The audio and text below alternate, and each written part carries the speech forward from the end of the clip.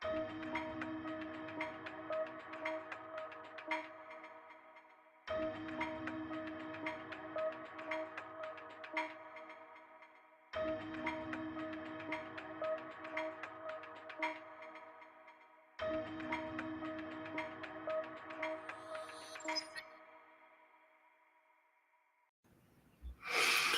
hello, creatives, community, and kind folks. Welcome to RPG with DBJ. I am your host, DBJ. My producer, Sophie, is just below the camera. So if you see a tail wag or a bunghole from a small kitty, uh, that is who the producer is. Thank you very much for being part of the show. Really appreciate it.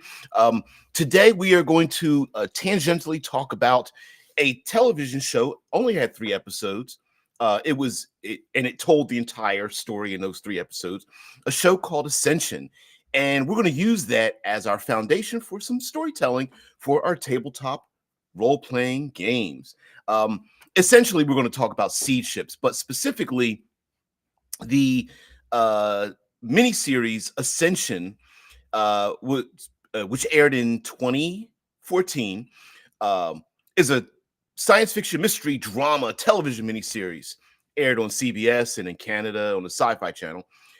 Consisted of 6 43-minute episodes. I believe they were combined together for 3 episodes when it aired here, grouped into 3 chapters of 2 episodes each.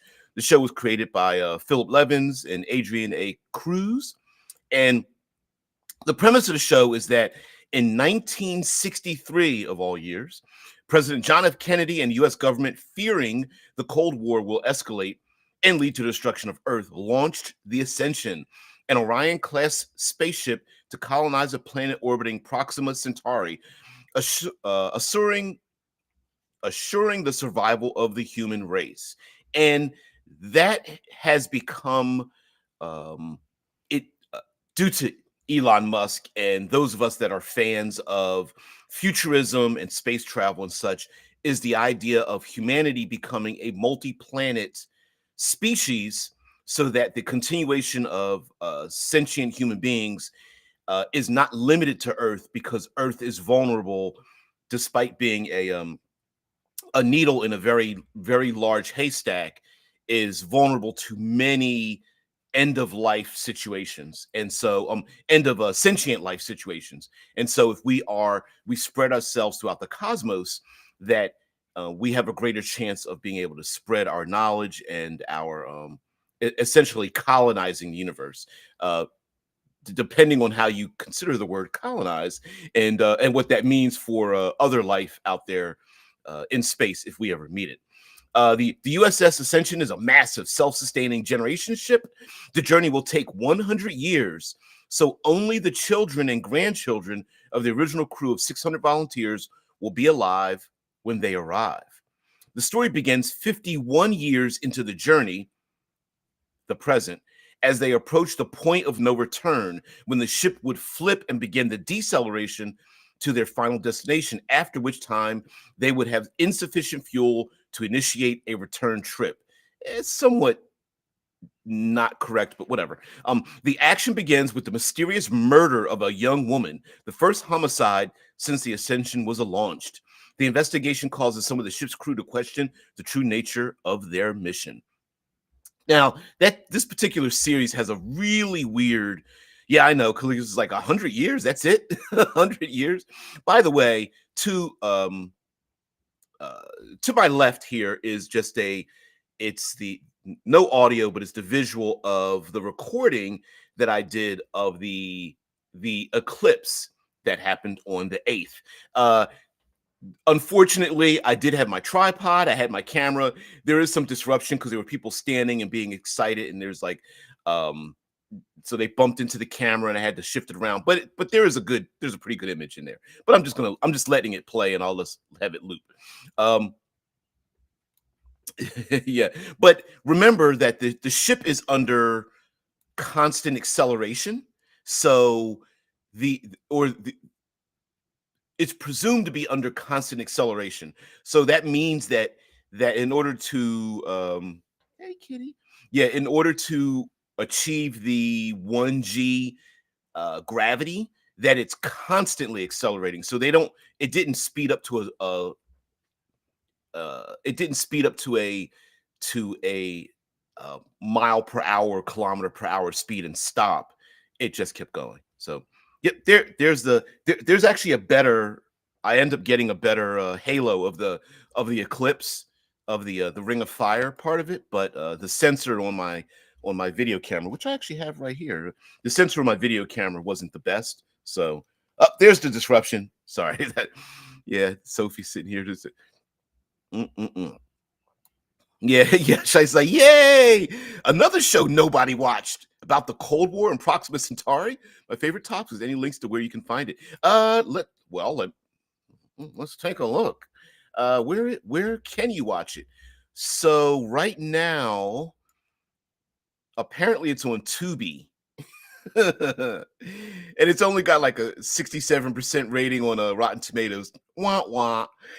Yeah, yeah. I think because let's see, Tubi, Roku channel, Fandango, the CW. Oh, it is on Prime. Okay, $2 on YouTube, Google Play $2, Apple TV $2. So it's available. It's available. Uh, Amazon Prime and are would be my go-to here in the States, but I'm not sure where else you guys could watch it. Like I said, it aired in three sections, three chapters. So yeah, Drew says, have not watched the show. Hope I will not derail your stream because of that. Yeah. I hear you, Drew. Yeah, exactly. But by the way, you don't need to watch the show. But it is what I liked about the premise of the show. Oh, there's the ring. What I loved about the premise of the show was the fact that if it doesn't matter how long the journey is, there's two major factors that give us pause when thinking about a generation ship. One is who would be the people that would volunteer knowing they would not arrive at the end point, and the show begins with a bit of a dour festival because at the 51-year mark, everyone is deciding whether they should continue with the journey or flip the ship around, turn around, and go back home. Now, apparently, there's not enough fuel. They basically say we have enough resources to go halfway.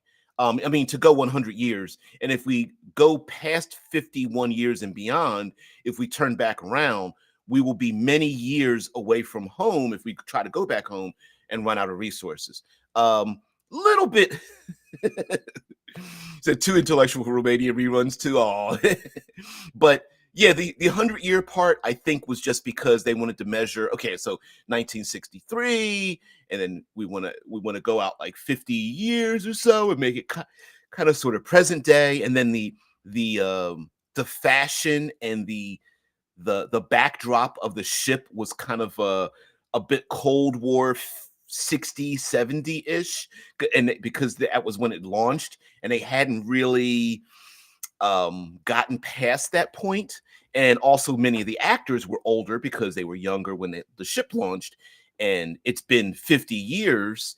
And so, those that were are born and alive now never saw Earth. And so the idea of having a generation ship, it's I think that's very it would be very interesting to, for example, have a how you going down, Kitty? Okay.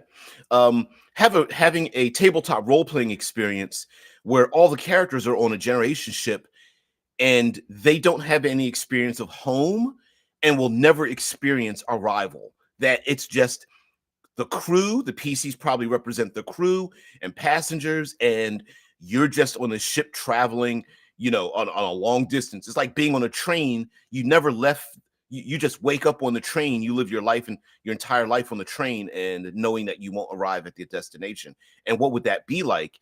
And I think there's a lot of story elements part of that. Now,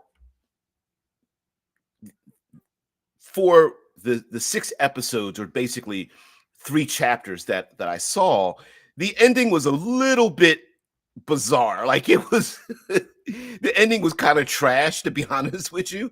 Um, but yeah, it was okay. Okay, I got to give away the ending because you guys aren't going to watch it. And spoiler alerts for anybody that intends on watching it.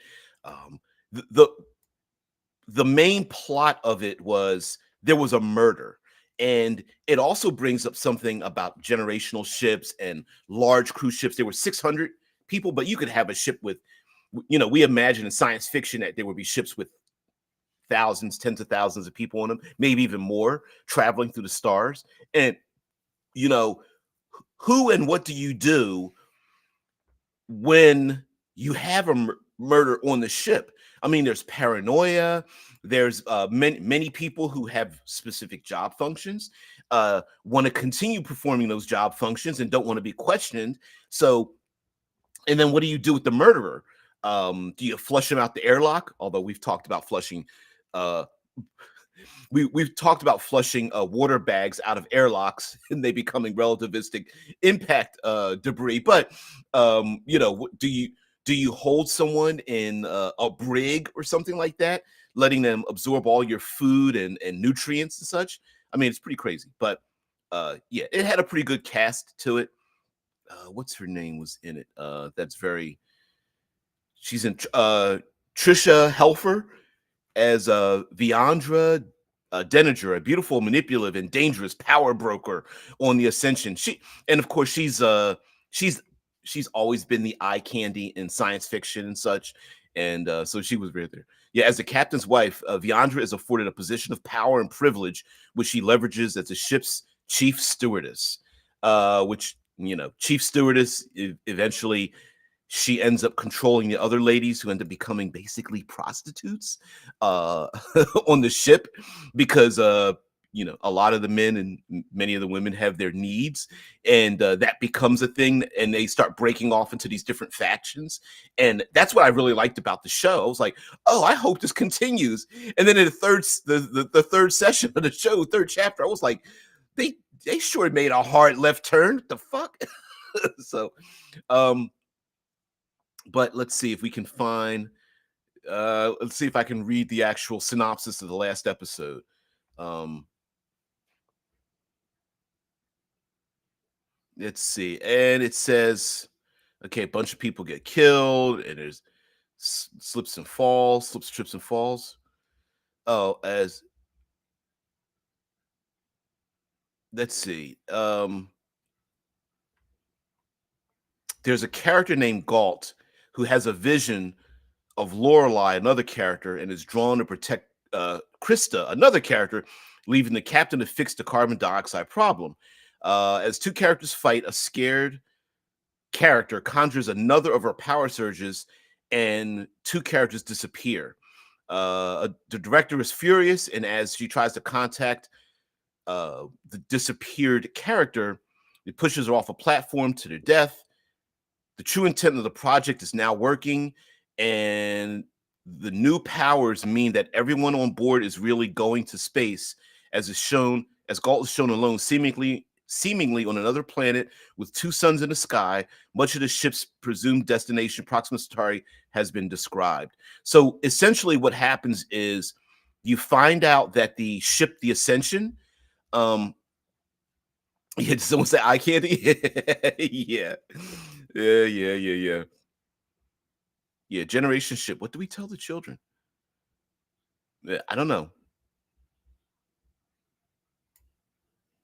Mm-mm. Shai says ending was trash, but setup was good. Yeah, all the questions I'm talking about, the generation ship, the crew that's alive on the ship today, the halfway point, the 50-year point, when they have a big kind of like a dark toned festival where some are happy, then others are questioning the validity of them traveling, and then there's people who are alive during the halfway point of the mission that's like, we're not going to be alive when we get to the end. We're going to be the grandparents of the kids who are going to survive. what about us? Like, is anyone going to remember us and our importance? About legacy, and maybe they should turn around and go back home.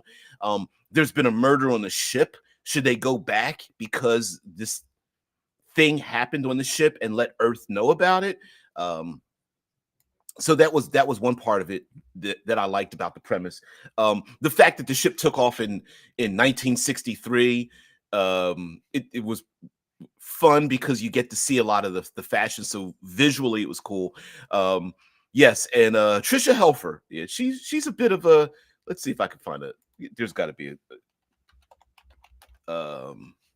plenty of images of her and stuff like that. Duh, duh, duh, duh, duh. Yeah, we'll share some of this out there.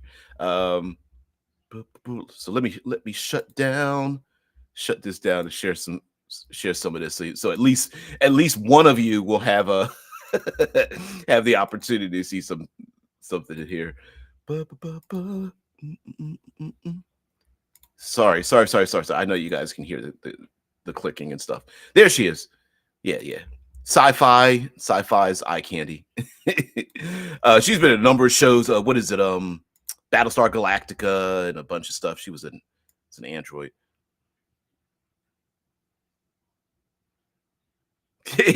Were there any gigolos, and if so, were they legit hot? Unfortunately, no, and it's a little bit it's like that's a little biased, I think, but also how to explain? There was a it was a um many of the male crew members, this is 1963, remember, so the show kind of embraced the what would be the present day stateside trends of the time in 1963. So a lot of the ladies were the wives of the male astronauts, so they were kind of arm candy in a way, and housewives and things like that, well, at least perceived, but many of them were pretty intelligent. And a lot of the guys wanted to mess around with the other ladies. And then all the ladies got together and like, well, they're all messing around with us. We should use that to our benefit. So they became their own faction. So it was kind of like they kind of flipped it on the dude. So it was kind of fun. Yeah. Trish the Dish from Battlestar. Awesome. Yep. Yeah, exactly. I wasn't gonna call her that, but yeah. Yeah. Yep. Trish the bodysuit wearer. Uh, Technically, our planet is also a generation ship flying through space. Yep, and having people wondering about what existence is all about. You're absolutely right there, Drew. Thank you very much for bringing that up because the Earth, technically, well, we are a generation ship flying through space, and theoretically, we're not really going anywhere. We keep coming back to the same spot we left. So there's a little bit of that too. So yeah, but yeah, fun. Let me start the. I'm gonna bring back the. Let's uh let's bring back the. Oops. Mm-mm. Let's bring back the my media player. So the mind you, the you end up finding out. Nah, let's do a side by side. So you end up finding out in the show. Spoiler alert! I did mention spoiler alert before that the man, it's kind of dark. The ship never left Earth. So the Ascension I mean everything about the ship, all the sensors, all of the external mechanisms, all that stuff was faked. The ship never left Earth, and it was a an experiment because the scientists on Earth that put all the 600 people in the ship and air quotes launched it into space um, were studying something else because they knew that a 100-year journey would never make it. That they at 1963 and beyond that they would never be able to do that. And so, in order for humanity to get to Proxima Centauri and other places, that we would have to travel there by our minds alone. And so you find out that the crew is being tested to find out if one or more of the people in the experiment could send themselves to a distant planet using their latent psychic abilities. And one of the characters actually sends himself there, albeit without a spacesuit on, and he ends up dying, which kind of, this is like, well, what's the point? So yeah, the ship never took off from Earth. One spoiler alert. Second spoiler alert, it was all an experiment to cultivate psychic abilities, and they had to convince the people that were on this multi-generational experiment, um, to put them in a panic situation to breed them for space travel or something like that. They don't really go into it, and it was just like, you get to the end and you're just like, really, really, really. Mm-mm-mm. But yeah, it was pretty dumb. Pretty dumb. Mm-mm-mm. See, I'm trying to see if there's other any other comments that people said about this. Um, yeah, about the starship, says it feels like a, this is the director.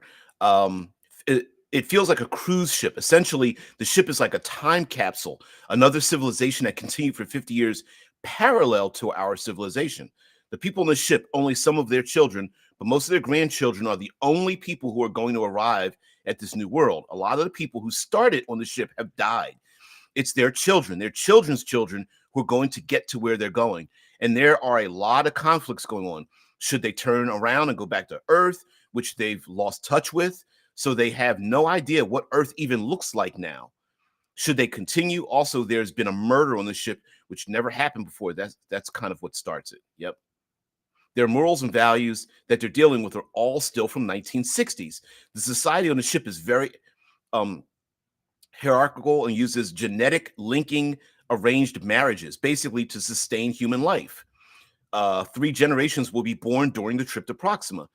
Um, Viandra started out in the lower decks, but rose through the ranks, as did her husband. They're a power couple. Viandra will do anything to stay in power.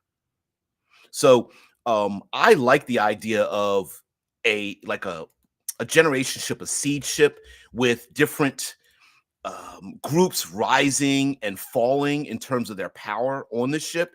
Understanding that threats are going to be made to different factions, but everyone knows that your threats can only go so far, because if you do anything or sabotage anything on the ship, it can hurt everyone, like affecting the air scrubbers or the engines or the navigation or something like that. That you both have to work together with your enemies, depending on how separated your your crew members might be from each other, versus the separation of like who's in control. Do we still do like a militaristic, structure of like captains and lieutenants and things like that, or do we get rid of,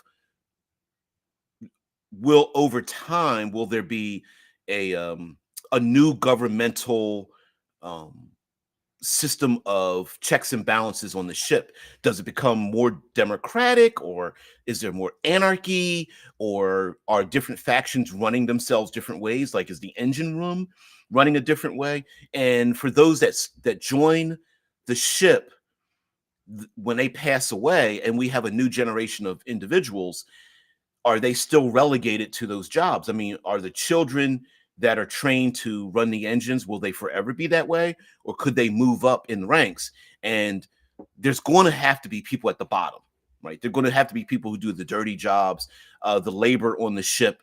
Where do they go?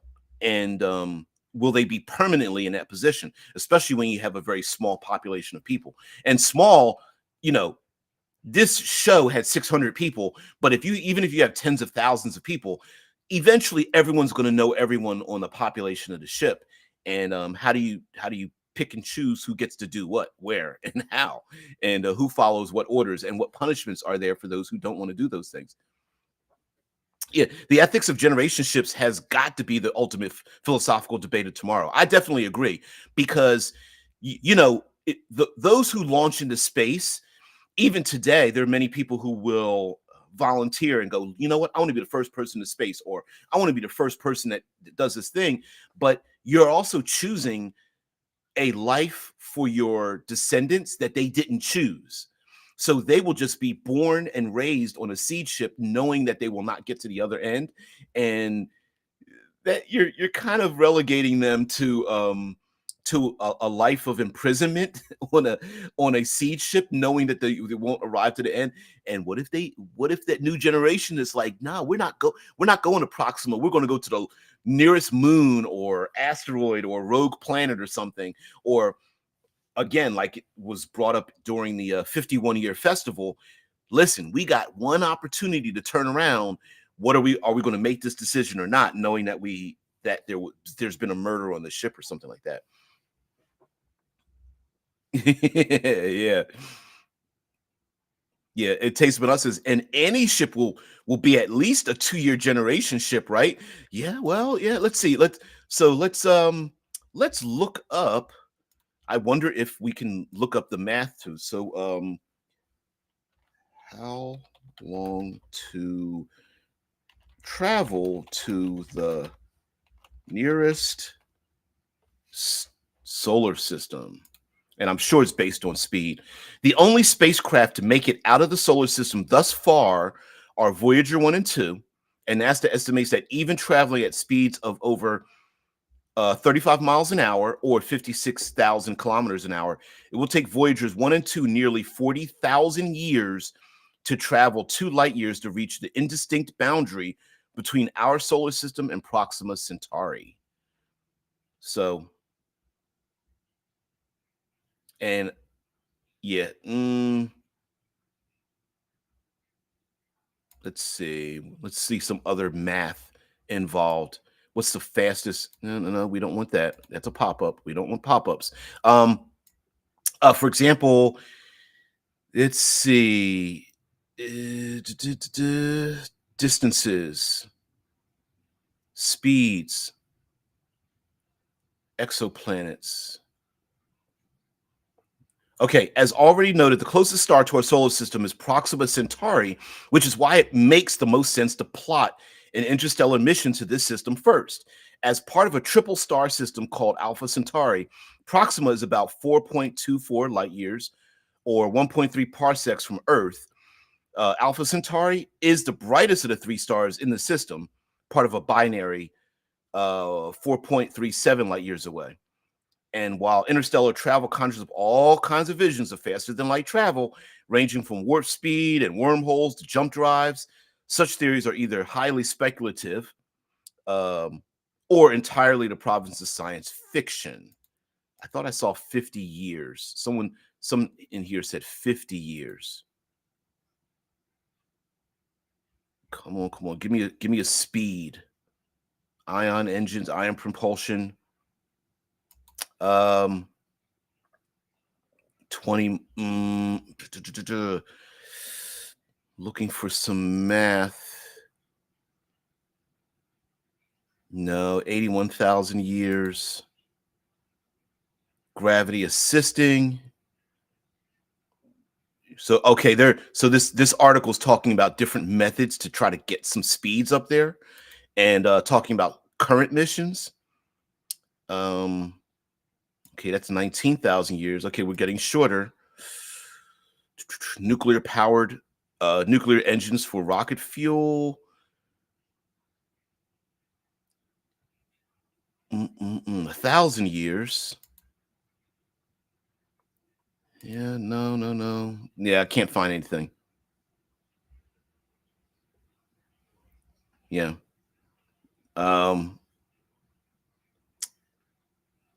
the advantage of high specific impulse, meaning it extracts the maximum amount of energy from its fuel source at a minimum cost. Concept could theoretically achieve very high speeds, with some estimates suggesting a ballpark figure as high as 5% the speed of light. And what version is this? Thermonuclear warheads or pusher plates. At this velocity, it would take an Orion spaceship about 85 years to transport a crew of colonists to Proxima Centauri. Of course, that doesn't take into account the time needed to get the spacecraft up to speed and then decelerate before arrival. So in reality, it would be more like a little over a century, which is still pretty impressive. And that's using thermonuclear warheads and pusher plates. But still, that's still, and so that 100-year mark, I guess, would be based on using detonating nuclear warheads behind a pusher plate that would keep accelerating the ship further and further. But still, I don't know. That's crazy. So yeah, it would definitely be at least 2 generations, if not more. Tasa says, I mean, the adults would be old as fuck when they get there, even if just to some other planet further out than Mars, right? Yeah. Yeah, unfortunately, yes. Which is why, like, uh, I'm a big proponent of like stepping stones. So, in other words, instead of just leaving Earth and trying to fly to Proxima, probably the best method would be to populate our solar system, and then when we get out to the Kuiper Belt and Charon and Pluto, we would colonize that. And so eventually we get out to the Oort cloud and colonize land seed ships on those, so that it would be stepping stones rather than like one big giant ship that leaves Earth and tries to fly past everything to get there. Yep. And this says, yeah, this is all using foreseeable uh technologies. Yes.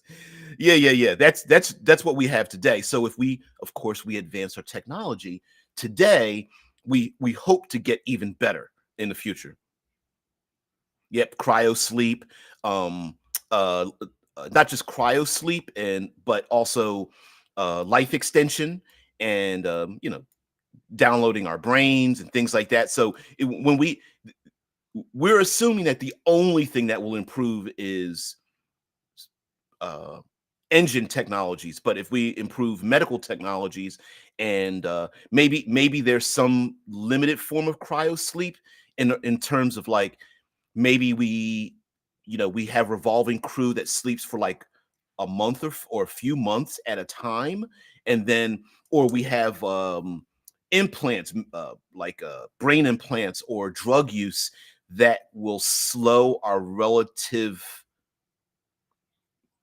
that allows us to extend our, or underclock our brains, so that long generations of boredom don't affect us as much. I'm not really describing it correctly, but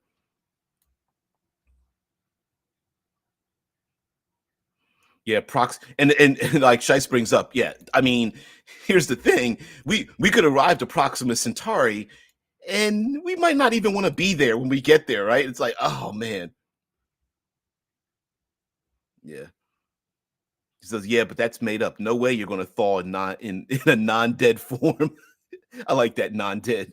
Um, well, and that also means, whether we have some other technologies and things like that, like whether, are we going to, um, I'm sure we're going to have much faster engines, and there is a little bit of a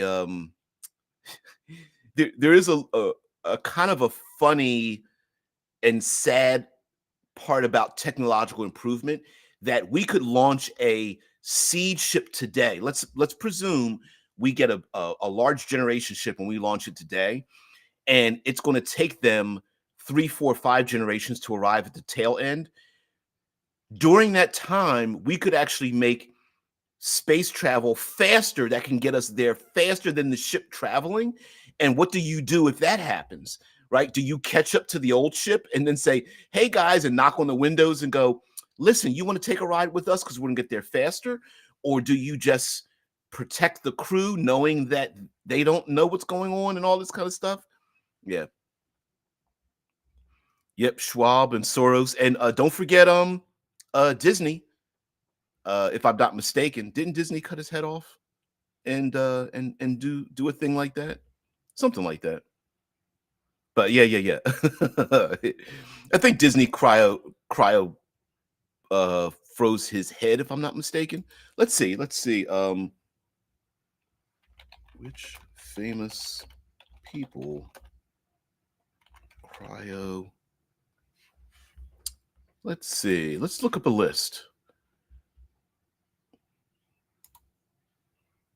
Hmm. Um. This is a list of people who have been cryogenically preserved. It is generally difficult to ascertain who is in this state due to medical privacy concerns. However, some cases have been publicized. So let's look at some names here. If anybody knows any of these people, um, James Belford. Where's Disney? I don't see Disney here. Fred and Linda Chamberlain, Dick Clare, Frank Cole, filmmaker. L. Stephen Coles, Thomas K. Donaldson, Marvin Minsky, somebody named FM 2030, Curtis Henderson, Dora and Saul Kent, Don Laughlin, Ted Williams, Gregory Yobe, John Henry Williams from baseball, Jerry Leaf, Lee Zihue, Robert Edinger, and I guess these are people who are have publicly preserves themselves. Cryopreservationists.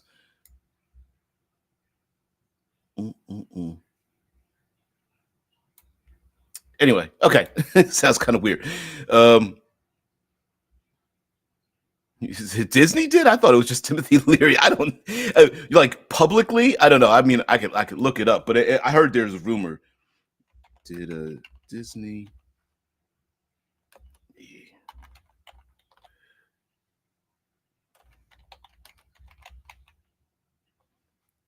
Let's see. Fact or fiction? The rumor that Walt Disney's body was cryogenically frozen has been widespread since his death in 1966. But is it true? I don't know. Um, I don't know. Let's see. This says this is from a website known as Trust and Will. Fact or fiction? Mm-mm-mm. Oh, Disney visited his doctor after experiencing leg and neck pain. Sadly, x-rays and following surgeries revealed an aggressive lung cancer that had spread through his body. Although the cancer was treated immediately, the beloved icon passed away in a matter of weeks. December 15, 1966. This is Walt Disney. While these are factual details of Disney's death, it's what happens after that becomes quite an enigma, surrounded with secrecy and speculation. One of the popular rumors surrounding Walt Disney's death was that he had his body frozen. Um, yeah,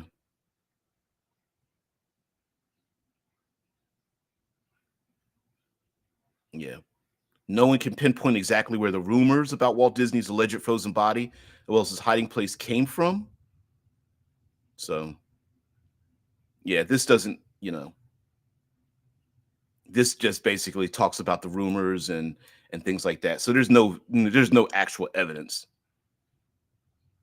but said that he was preoccupied with his own mortality. And you know what? A lot of genius, brilliant individuals end up being like kind of caught up in that kind of thing because to be honest, um, when you it has to do with legacy, right? Like it has very much to do with the fact of you an individual who wants to build a legacy. The larger that legacy is, the longer it takes, which means many times it's building something that that individual will never live to see the end result of. And yeah, yeah, Anon says, yeah, the Disney thing is a myth. Or is it? Yeah. So yeah. And so, for those of us that, just want to have a small legacy, we're going to live to see the end of it. But if you're someone, I don't know, you want to build, you're the person who came up with the design and got the funding to build a space elevator, but if it's going to take 75 years to build it, and like I'm in my 50s now. I'd never get to see the end of it, so I would be consumed with my own mortality. And one of my favorite books is more of a slightly sci-fi, mostly fantasy series about a guy who unfortunately sacrificed 99% of his family to achieve immortality because he wanted to see the good that he was going to do. If you're going to sacrifice your family, that's horrible, right? So yeah, yeah, Saint Leary. Because Saint Leary changed his mind at the last minute and just had his ashes shot into space. Yeah. Source is a myth, nothing but a fictitious character modeled after historical Sauron. Okay, but um, but I like so we haven't talked too much about tabletop role playing. So um, to be more specific about the tabletop role playing aspect of this, and allow us to get a little bit towards the end of the show here, I did want to say that players who are like crew members and passengers on a generation ship would be kind of fun, especially if you want to play. I think this falls really great into horror, like Mothership. Um, literally, the title of the role playing game, Mothership, falls directly into this kind of category. Um, but even if you want to do something horror, I think a Star Trek style uh, generation ship that's moving along from planet to planet, system to system to try to find air quotes to get home.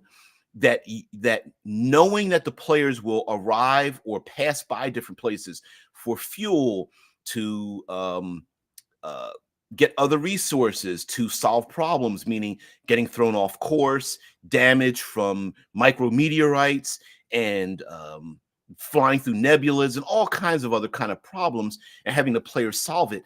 Technically, Star Trek falls into this category, even though Star Trek always has a link home to the Federation. Just imagine Star Trek. Well, what was it? Star Trek Voyager got sent off into a random part of the galaxy or galaxies and tried to get back home. And this would be the same thing, except that we would hope that most of the people on the ship are volunteers. Although, yeah, Civil War on a ship, shoot hole in ship, game over. Exactly, exactly. I never understood why that never came up in like science fiction. Like, you really don't want to fire projectiles inside of a starship for any reason. That's not good for or against you, right? Like you're like, hey, we have all the automatic weapons. Yeah, slow clap, great. That means if you fire any of them, you're just going to punch holes in your own starship. Thanks. Mm-mm-mm. Drew says, I hope that some legacy will remain after I'm gone, but I certainly would not return and get my well-deserved eternal rest after the shit show that this life is over. Yeah, yeah. I mean, there is a little bit of like the volunteerism of getting people to go on a generation ship in the first place. You kind of have to like scratch your head, like, are you doing it for science? Or are you just like, you know what? F that planet. I'm the hell out of here. Right? You know what I mean? Yeah, yeah, yeah, yeah. It's kind of wild. Mm-mm-mm. I hear you, Drew. I'm a little bit with you. Maybe you fall far, self-admittedly, that you fall a little bit more on the depressive side, but I understand. Yeah, volunteers equal slave masters of their own progeny. Ooh, I don't know. I mean, it depends on like one of the things that they never bring up that I think would absolutely positively happen is the minute people leave, the further you get away from your home, the greater chance you're going to have of um, divergent paths in terms of not just genetics and things like that, but just government and control. I mean, if we were to send enough people to Mars that they wouldn't need Earth, they're not gonna follow what happens on Earth. Everyone's gonna be different. The languages are gonna merge together. The kids that are born there will never know any relationship to Earth and probably not have any. They won't feel any like loyalty to anything happening on Earth. Shice is like, but energy weapons bound off starship walls. Don't you know that? Yeah, right. Yeah, right. Yeah, good and evil flip flop depending on how far you look out. Yep, yep, yep. As a matter of fact, like the United States, we have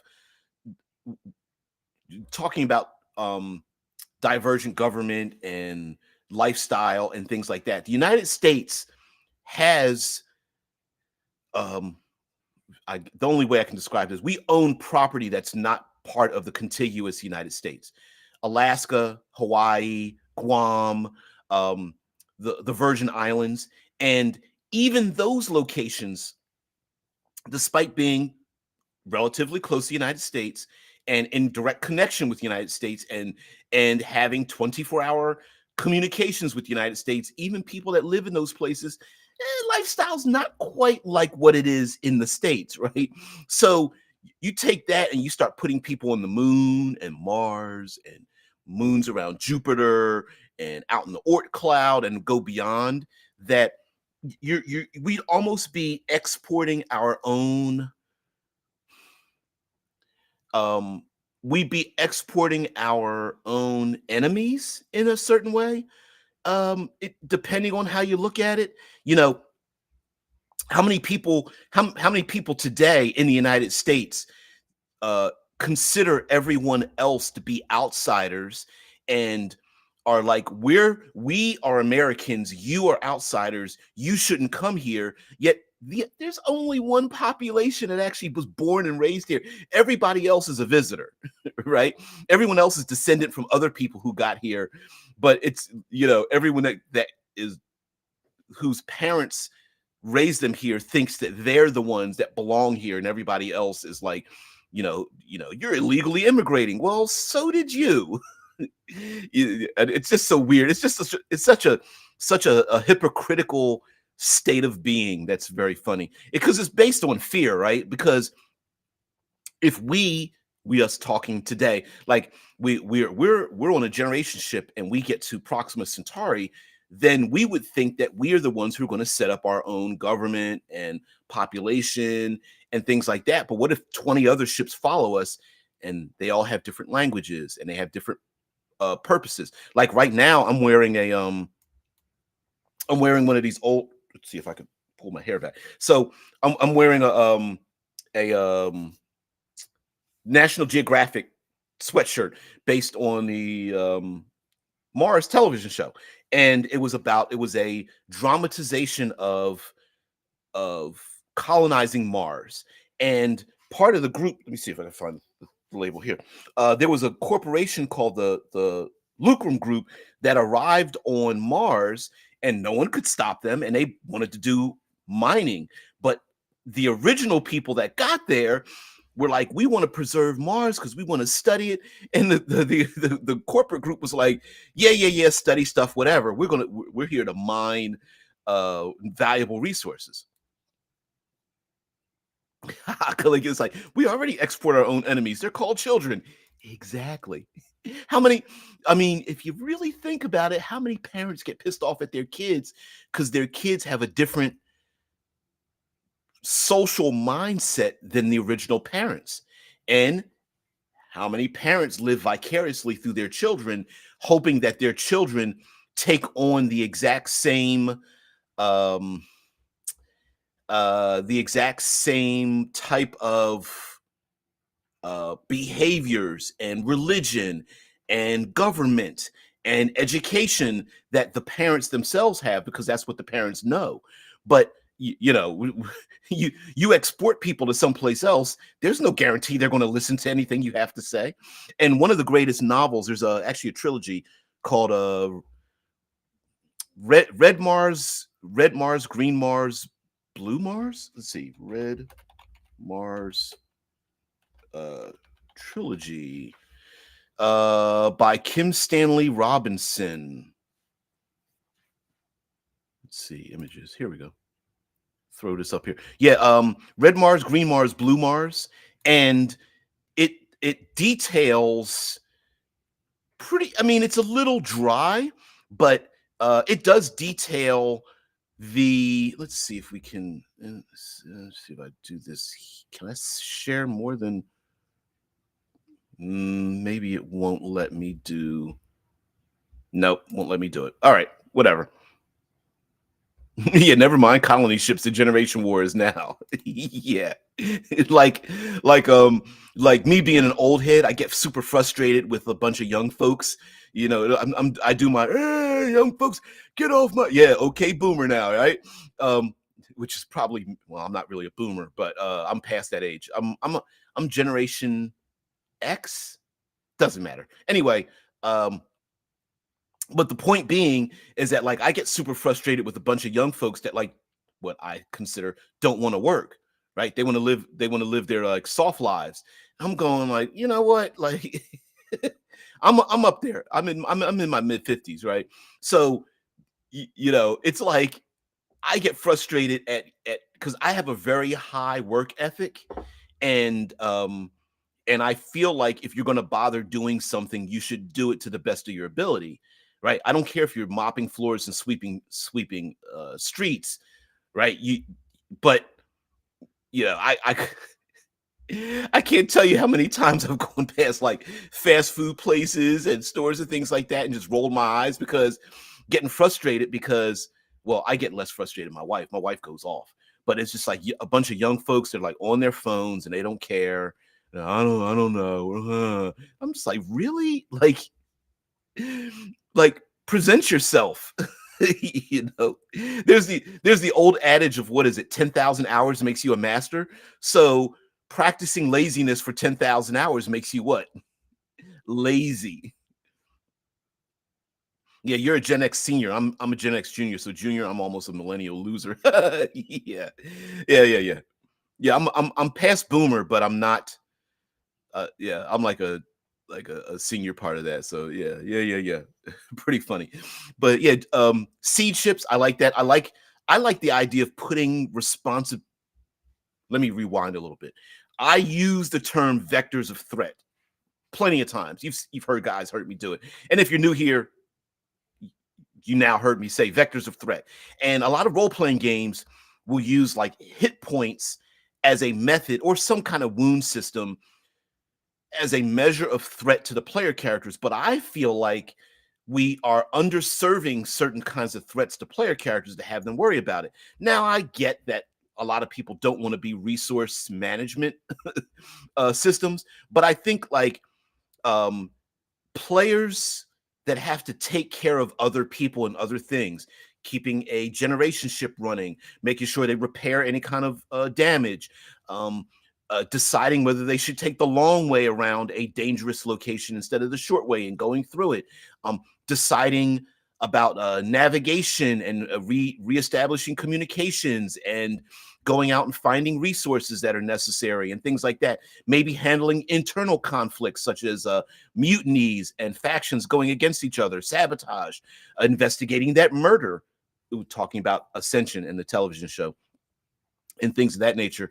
Talking about players having to handle disease and starvation and dehydration in the ship, handling the homeostasis of it, radiation leaking, and other kinds of events happening on the starship that is traveling through space, knowing that the players may not arrive. Now, of course, this is definitely a session zero mothership, kind of conversation you're going to have with your players because you let them know right up front the whole game is you on the starship. There is no end point. Then, or rather, the end point is when we stop playing. Uh, then I think your players will be part of it. If you don't tell them that they're never going to get to the end, that's kind of bullshit, right? Like to say, hey, we're gonna travel to Proxima Centauri, and the PCs are like, great, I can't wait till we get there, and you're like, you're never gonna be there. Yeah, a lot of people don't want to be resources either. Yeah, like they would be on a generation ship. Yep, because it makes you feel like you're just being used. You know what I mean? Like you're just you're nothing but a prop, and that sucks. You're just you're just nothing but a resource rather than just even resource managing themselves. You're funny. Mm-mm. To be fair, this generation isn't being given the chance to become self-sufficient. I agree with you there, or even learn through experimentation. It's all black boxes owned by someone else. Yeah, yeah, you're right. I mean, like for example, just in my own generation, uh, the ability we my generation is dwindling away as the generation that wants to open up things and find out how they work. We are a generation that wants to own the things that we purchase. So, a computer system, building our own computers, knowing how, like today, it's very much a subscription society, especially us in the states, stateside, and I know other places around the world. But speaking for United States, we're very much a subscription society, and that means we don't really own the things we have. We are licensing the ability to use it, and that doesn't bother people today that are growing up with it. Whereas my generation, it pisses us off. Heck, we've been having a multi generational conflict with automakers about how our automobiles work, and the OBD2 plugins to find out when there's a code, like when your check engine light goes off on your car, what exactly is happening, and being able to take your car apart and fix it and all that kind of stuff. Yeah, we don't see that much. Like when I grew up, I was taught how to change a tire, how to check the oil, how to, a lot of you look under the hood of a car now, and it's a big giant plastic thing over the hood of the engine, like with a big. They might as well put a big neon sign that says "Please don't touch." Yeah, we rent every breath we take from Daddy State. Yeah, but here's the problem. Anarchy doesn't work either. So extremism doesn't work. I can't wait till the movie Civil War comes out.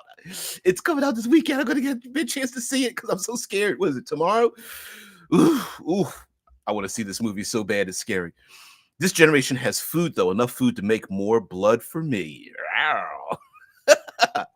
But yeah, and this also brings up we've been talking about we've talked about uh speculative fiction and science fiction and posthumanism, and as we creep ever closer to making life better for the next generation, there's also the argument of, and listen, we get a little butthurt that the current older generation feels that the younger generation always has it better. Technically it's actually true. uh on a global scale, the next generation always living better than the current one.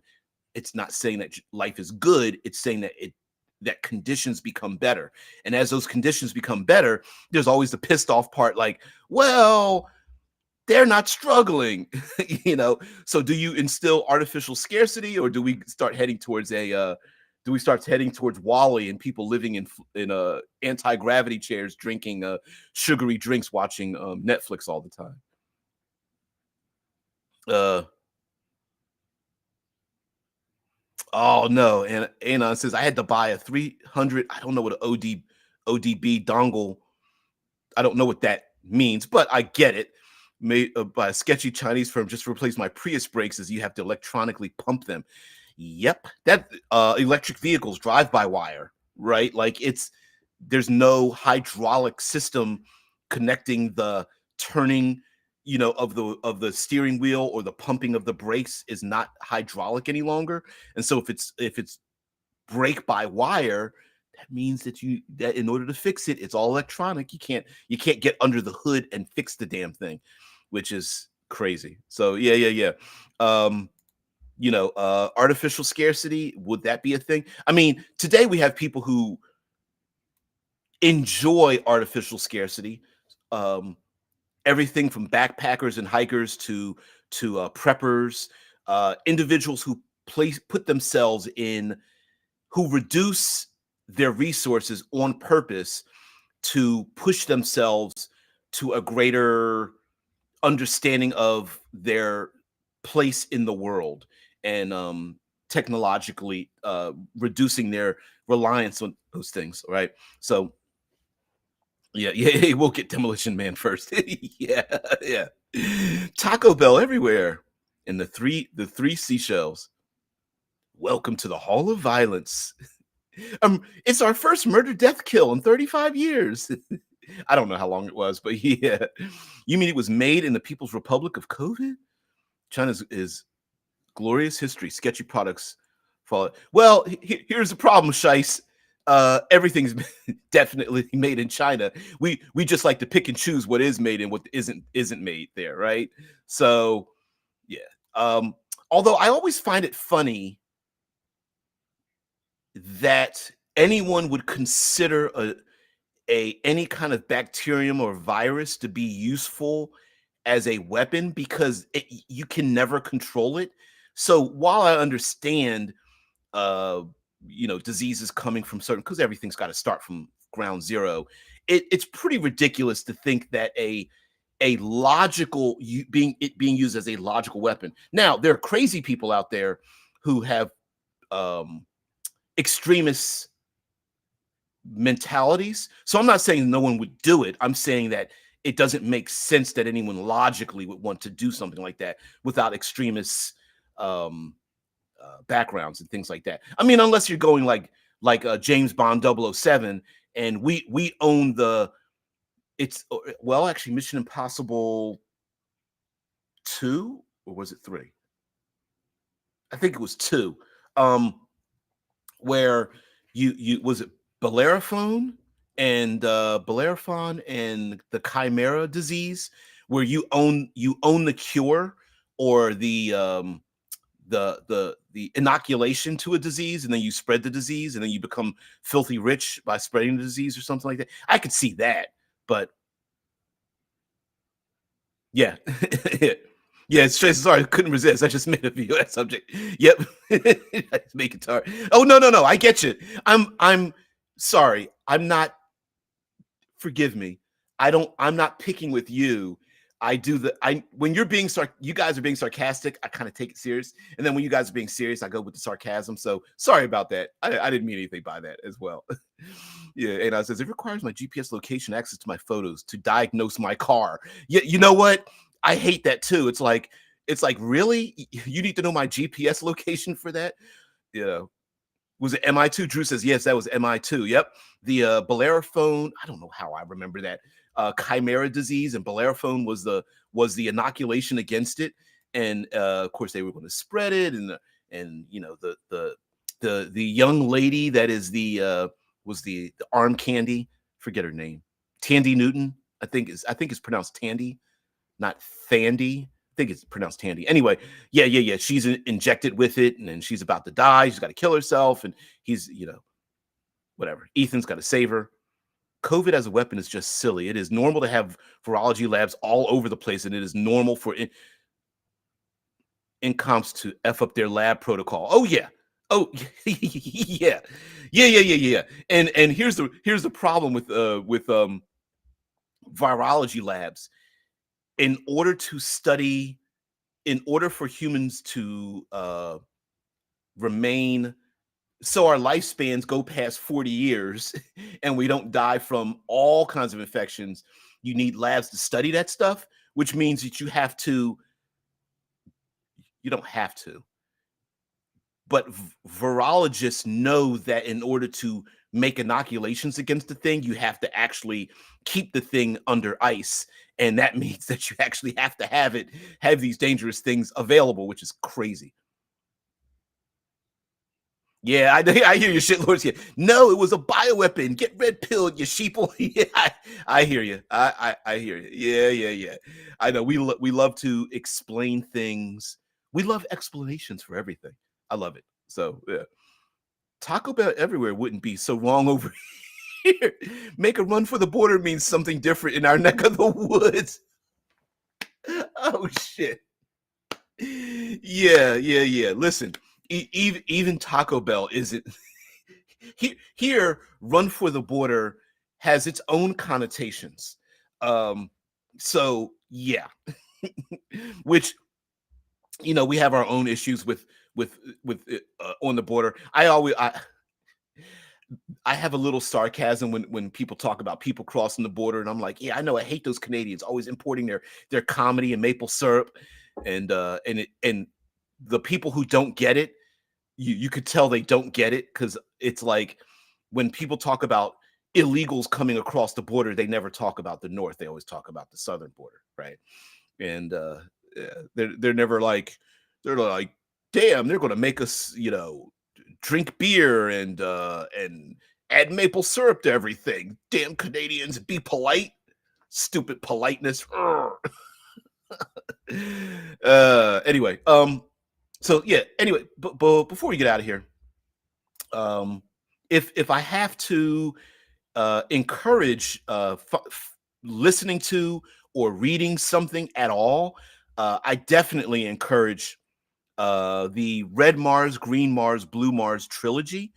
Um, it is the if you can push your way through the Red Mars books, then Green Mars and Blue Mars are definitely something that you would definitely enjoy. Now, it's a little heady, meaning like it's less about specific characters and more about the process of going to Mars and the interactions about the different factions that build up with uh settling Mars and its differences and the children that are born and things like that. But it's the when did this come out? I don't remember when it came out. But anyway, award winner, et cetera, et cetera, et cetera. Spike, or let's see. Spike orders Mars trilogy straight to series with writer Michael Straczynski. Huh? Really? Oh, that was in 2015. Oh, maybe it never made it. 2015. Spike has made a big move when Spike used to be a channel into scripted programming, giving Red Mars a straight to series order with 10 episodes. Variety has learned exclusively. The hour-long drama marks the Cabler's first initial scripted series in 9 years. Sense8 creator J. Michael Straczynski will serve as writer. Huh. I I I did not know that. I did not know that. Yeah, Canada would be great if it wasn't for the states. I'm a poet. I didn't know it. We're gonna take us out on that shit, lords. Yeah, yeah. So, guys, thank you very much for being part of the show and letting me ramble on like I do. Don't know what we're going to talk about tomorrow, but I know next week we're going to mix and match things. Definitely talk about more Obsidian Star. We're going to talk about the Fermi paradox and using that for storytelling, even with the Fermi paradox and alien contact and reframing that for contact with us as human beings and space habitats and how we could use it, how the Fermi paradox actually relates to ourselves and possibly how we would relate to each other in the future. Also been looking at watching the somewhat dry Three Body Problem on Netflix. It's all right. It's not a bad show. I've never read the books, so I can't say anything about that. But anyway, guys, thank you very much for being part of the show. Really appreciate it. And thank you very much for tuning in. And please, if for anyone who's brand new who comes this long and finding the show, please like, share, and subscribe. And if you guys want to hear a little bit more about my experience viewing the eclipse, and you're somewhere around the world and want to hear more about it, I'll definitely talk about that as well. But just pretty, dare I say, there's not much that you do during the eclipse. You just experience it. And I felt like it's an experience that makes me feel small in the grand scope of the intergalactic world, that universe that we live in, and just reminded of our place in it. And so to me, it's amazing.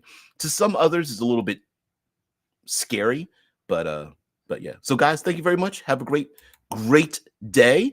Definitely see you here Friday. So please be here 6 a.m. Eastern Standard Time. It's when I broadcast. Guys, have a great one. I'll take you out with a little bit of Obsidian Star placards. Peace, tranquility. Thanks. Bye.